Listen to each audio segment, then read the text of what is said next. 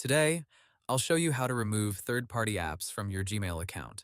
If you've ever used your Google account to sign in to another app, website, or service, that third party may still have some level of access to your account data. Google says you can review and remove those connections at any time from your Google account's third-party connections page. That means if you no longer use an app, don't recognize it, or simply want more privacy, you can revoke its access in just a few steps. To begin, open a browser on your phone or computer and sign in to the Google account connected to Gmail. Then go to your Google account settings and open the section for third-party connections.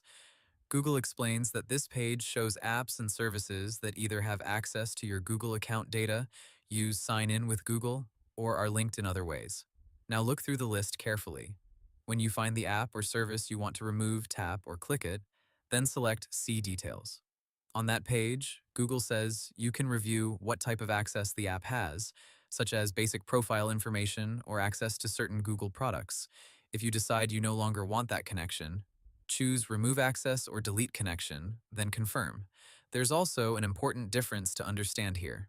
Some apps only use Sign In with Google, while others may have permission to access parts of your Google account data. Google separates these connection types, so when you open an app's details, you may see more than one kind of connection listed. In that case, make sure you remove the one you no longer want. After you remove access, that app or website can no longer continue using the permission you previously granted through your Google account.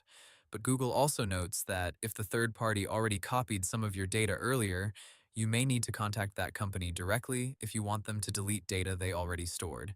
If you see an unfamiliar app or something looks suspicious, Google also provides an option to report that app from the same connection details area.